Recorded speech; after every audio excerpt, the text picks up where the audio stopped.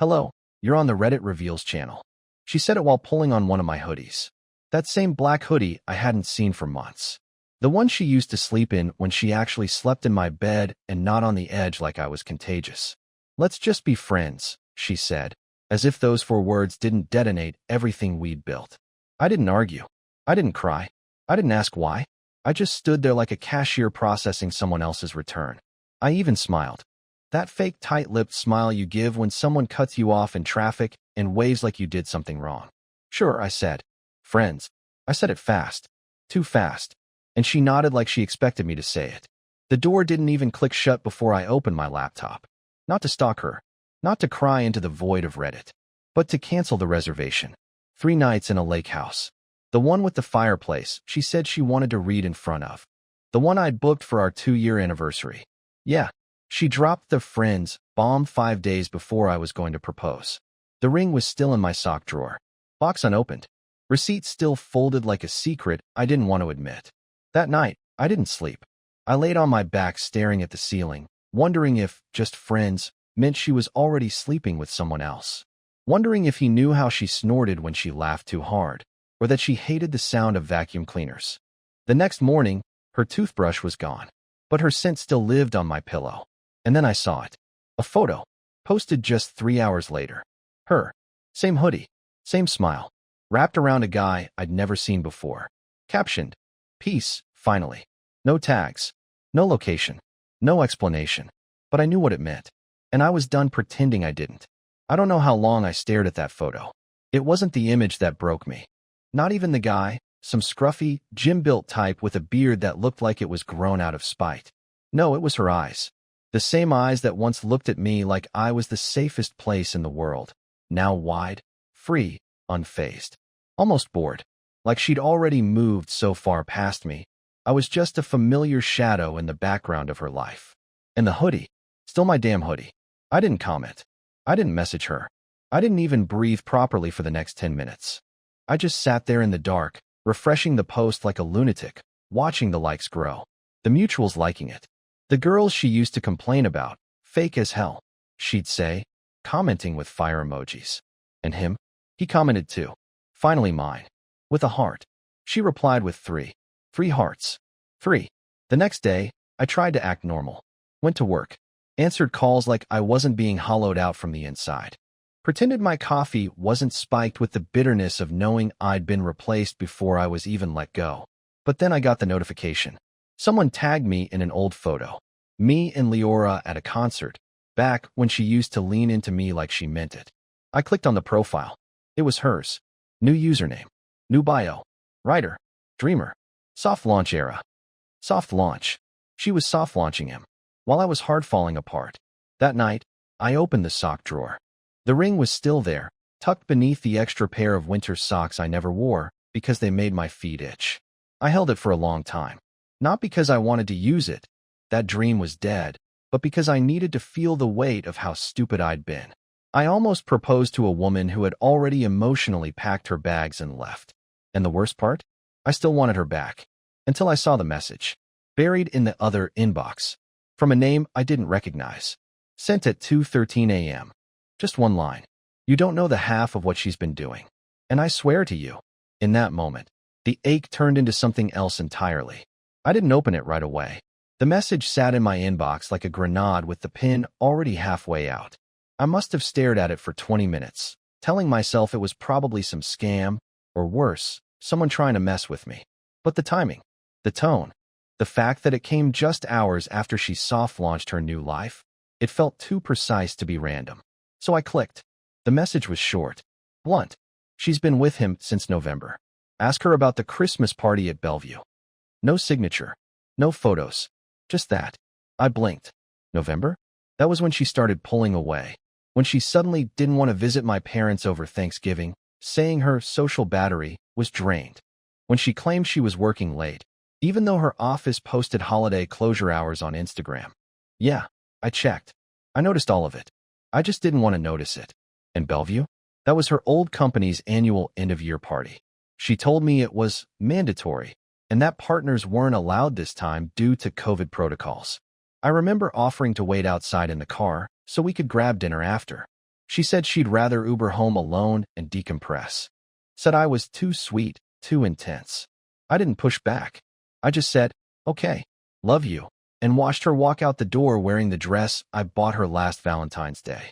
I remember sitting on the couch that night, binge-watching some garbage reality show just to shut my brain off, while she was what? With him, laughing, whispering secrets she never shared with me. I scrolled back to her posts from around that time.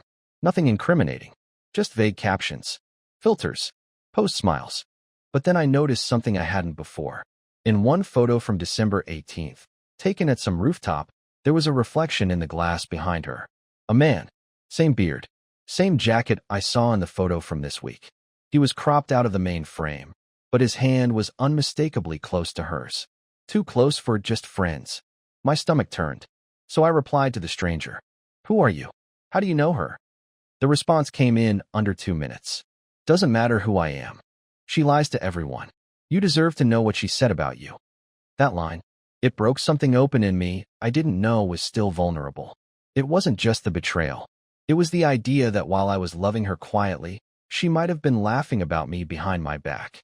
That I was a joke in some private story she told him after dark. I didn't reply. I couldn't. Instead, I did something stupid. I called her. At 3:27 a.m. She didn't pick up, but the call didn't go to voicemail either. It rang once, then clicked, then silence. And I swear to you, I heard breathing. And then, softly, so faint I almost missed it, a voice that wasn't hers. A man's voice. "You really thought he wouldn't find out?" Then the call cut. I just sat there in the dark, holding the phone like it might still burn. I didn't sleep that night. I didn't even try. I sat on the edge of the bed staring at my phone like it had betrayed me too. I must have replayed that last second of the call 100 times in my head, trying to convince myself I imagined it. That maybe the line glitched, or it went to some voicemail system and what I heard wasn't real. But it was real. The voice, the tone, the quiet smugness of it. "You really thought he wouldn't find out?" I didn't know who he was supposed to be. Me? Him? Someone else? At 7:42 a.m., I finally moved. Got in the shower. Turned the water all the way to scalding. I stood under it until my skin was blotchy red, like I could burn off the shame, or the panic, or whatever poison was swimming through my chest. When I stepped out, I opened my phone and checked her location. Yeah, I still had access. She never turned it off. She was at an apartment building I didn't recognize, across the city, near the Arts District. Definitely not her place. Definitely not anywhere near her friend, Nora's place. The one she always said she stayed at when she needed a girls' night. I Googled the address. It was a condo building. Expensive. Top-floor units with skylights and hardwood everything. I knew immediately it was his. Had to be. There's no way she was affording something like that. Not on her part-time editing job and vague copywriting gigs she never let me read. That realization didn't hurt. What hurt was that she lied so effortlessly. She could look me in the eye, tell me she was having a rough mental health week, and then drive across town to a man who probably didn't even know my name, or worse, did. I started scrolling through our texts. I don't know why. Some self-harming instinct maybe. Like ripping off a scab just to watch it bleed. The messages were all still there. Sweet. Harmless. Empty. I looked for signs, for anything that hinted at her double life. But it was all carefully neutral. Except one. From exactly 2 months ago. Her. "Don't wait up tonight. Going to be late. Love." That night, I'd stayed up until 2 a.m. with my phone in my hand.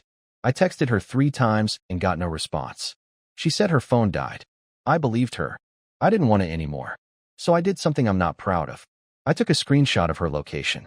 Then I logged into a fake account I'd made years ago, back when I was more paranoid than I had reason to be, and I messaged her. Just a test. Nothing threatening. Just a question. "You still crashing at Nora's?"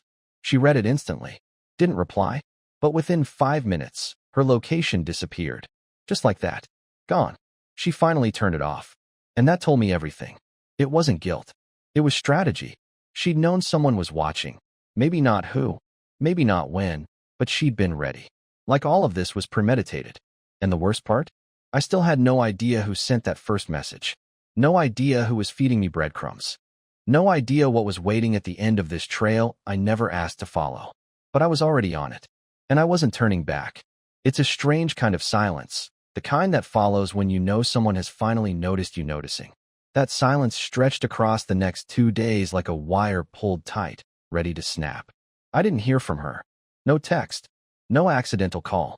No fake apology crafted to keep me calm while she slipped deeper into whatever new life she'd built without me. I didn't reach out either. I wanted to. God, I wanted to. But I kept reminding myself, I was the one who was lied to. I was the one who was replaced. If she felt even an ounce of guilt, she would have broken the silence herself. But she didn't. That told me everything I needed to know. Then came the knock. It was just after 8 p.m.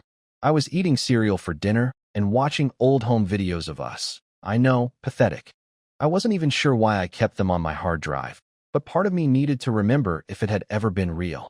If the smile she gave me while dancing barefoot in the kitchen was genuine or just well-rehearsed. Anyway, the knock. 3 soft hits. Not urgent. Not angry. Just calm. I wasn't expecting anyone. I almost didn't answer. But something in me, maybe the part still desperate for closure, made me open the door. It was a woman. Not Leora. Not anyone I recognized. She looked like she hadn't slept. Thin, sharp eyes, dark hoodie, cheap perfume. The kind that tries to cover up cigarettes, but fails. She didn't smile. Didn't ask to come in. She just said one sentence. You don't know who she really is, do you? My mouth opened, but nothing came out. She continued. I don't want anything from you. I'm not here to get involved. But you should know what she's done. Not just to you. To others. To me. I asked her name. She shook her head. Doesn't matter. I just couldn't stay quiet anymore. Not after what I saw her do last year. She pulled a folded envelope out of her coat pocket. No writing. No return address. Just a thick, sealed envelope with a faint watermark on the edge. She handed it to me, then turned and walked away like a ghost exiting stage left. I called after her. Wait, what is this? She didn't answer. Didn't even glance back. I closed the door. Locked it. Deadbolt and chain. I was suddenly aware of every sound in the apartment. The ticking of the kitchen clock. The hum of the refrigerator. My own breath. I stared at the envelope for a long time before I opened it. Inside were 8 printed photos. 8. Each one time-stamped. Each one showing Leora with a different man. Different cities. Different settings. Some looked like surveillance photos. Grainy. Distant. Clearly taken without them knowing. Some were closer, like someone was following them. Or following her. There were 2 from months before we even started dating. But the last one was from last week. And it wasn't just her and the guy she soft-launched. It was her. With 2 guys. Both hands held. Same smirk on her face. I dropped the photos. I sat on the floor like my legs forgot how to support me. I didn't know what scared me more, that she was doing this while I slept beside her, or that someone out there was watching all of it happen. And now, they wanted me to see it. Why? What was I being pulled into? And what the hell was Leora actually hiding? I didn't sleep that night either. The photos stayed on the floor, scattered like puzzle pieces that didn't belong to the same box. I stared at them so long that I memorized the timestamps. December, July, March. The most recent one, just 6 days ago. She was wearing my beanie. The one I thought I'd lost at the laundromat. Each man looked different. One clean cut, one older, one tattooed like a biker, one dressed like he worked in finance. Different types, different cities, different styles. But they all had one thing in common. They were all smiling at her. She had this way of making people feel like they were the only ones in the room. I used to think it was special. I used to think it was mine. Now I wondered how many times I'd sat across from her while she repeated the same script she whispered to someone else the night before. And the woman who brought me these? Who the hell was she? How did she find me? Why now? I couldn't shake the feeling that someone was orchestrating something around me. Something I wasn't meant to see until it was too late. I started digging. I went through Leora's old texts, but she'd already deleted most of our message history. Gone. Like she'd cleaned her tracks weeks ago. I checked our shared photo albums. She had removed herself from all of them. Like she never existed in my phone at all. I remembered a friend of hers, someone quiet, soft-spoken. Harper. We'd met only once, briefly, but she'd seemed different. Grounded. She had given me her number at the time, just in case Leora locks herself out again. I still had it. I stared at it for an hour. Then I dialed. It rang. Once. Twice. She answered on the 3rd ring. Hello. Her voice was cautious, but not surprised. Harper. I said. Silence. Then, Elwood. Yeah. Sorry. I know this is weird. Something happened. And I think you might know more than you let on. Another pause. Longer. Then she whispered, you got the photos, didn't you? My breath caught. How did you? She's done this before, Harper said, her voice quiet, tight. She meets men, pulls them in, makes them think they're chosen, and then when she's done, she erases them. She has a system. She keeps everything compartmentalized. I warned her once to stop. I told her someone would get hurt. Why didn't you warn me? I didn't think you'd last this long. I didn't even know how to respond to that. I think she loved you, Harper added after a moment. At least for a while. But Leora doesn't stay anywhere. She can't control the narrative. Once you started asking questions, it was over. I swallowed hard.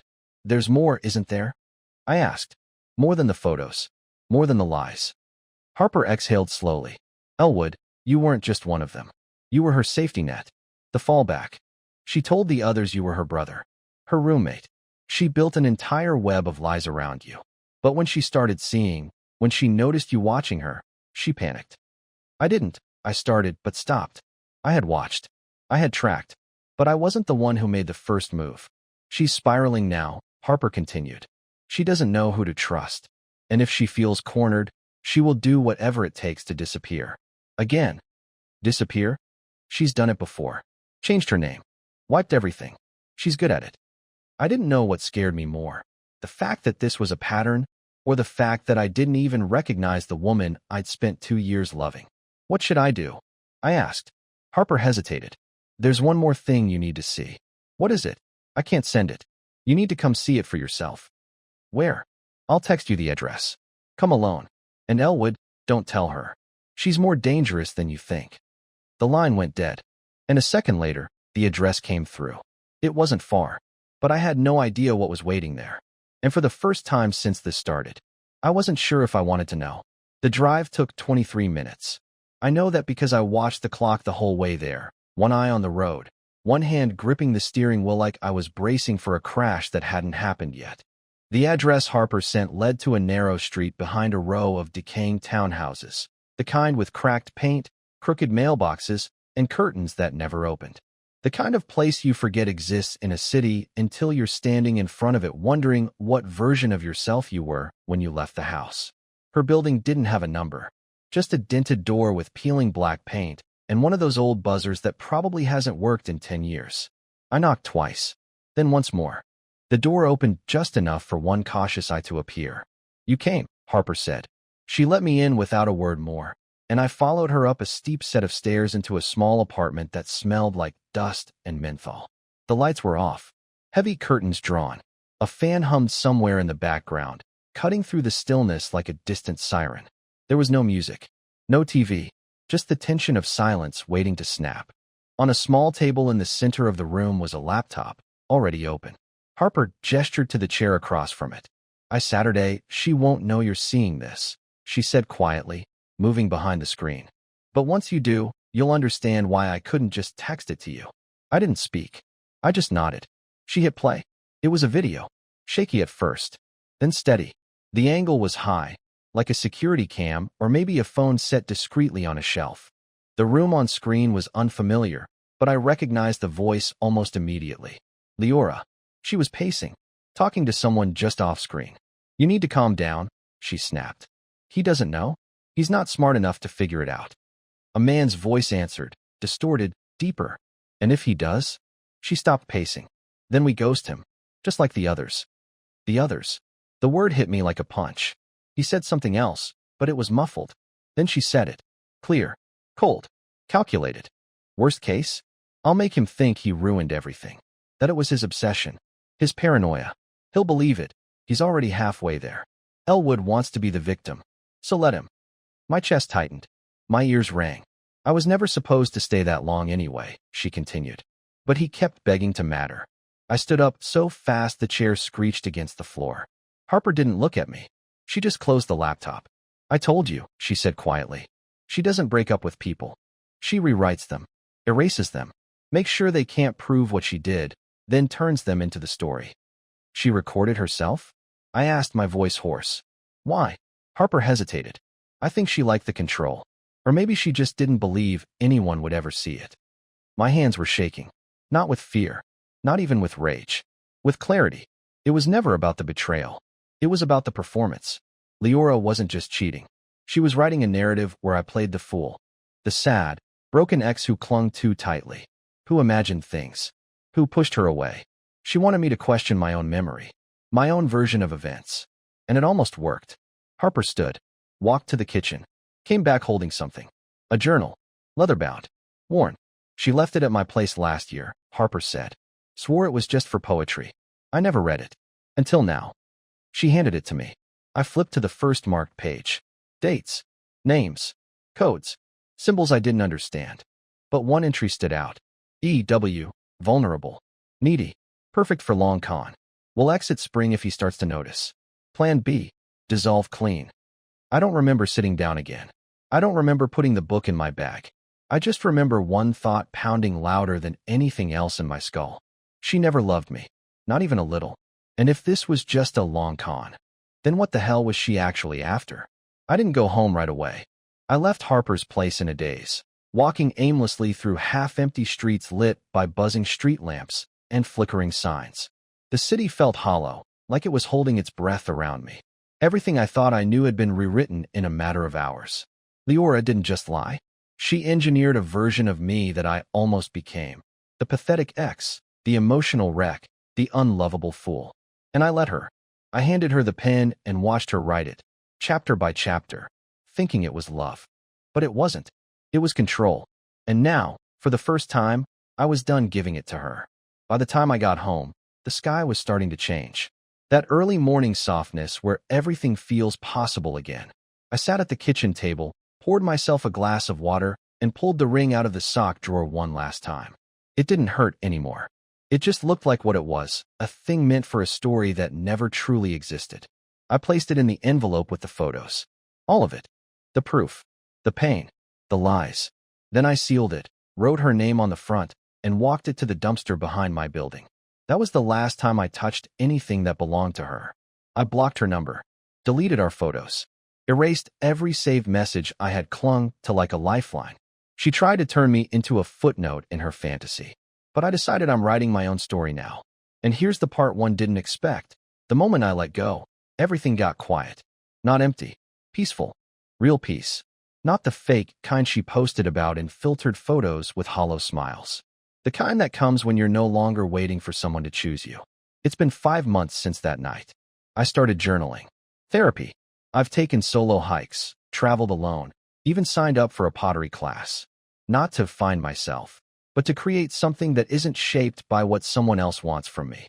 And one evening, in that same coffee shop where Leora once told me she just wanted to be friends, a stranger sat down next to me. She smiled, asked what I was writing. We talked. She laughed at my dumbest joke. She didn't ask me to be perfect. She didn't need me broken. Her name is Cassie. She doesn't know this story yet. But one day maybe she will. And when she does, I won't be a victim in it. I'll be the man who walked through hell and left the fire behind.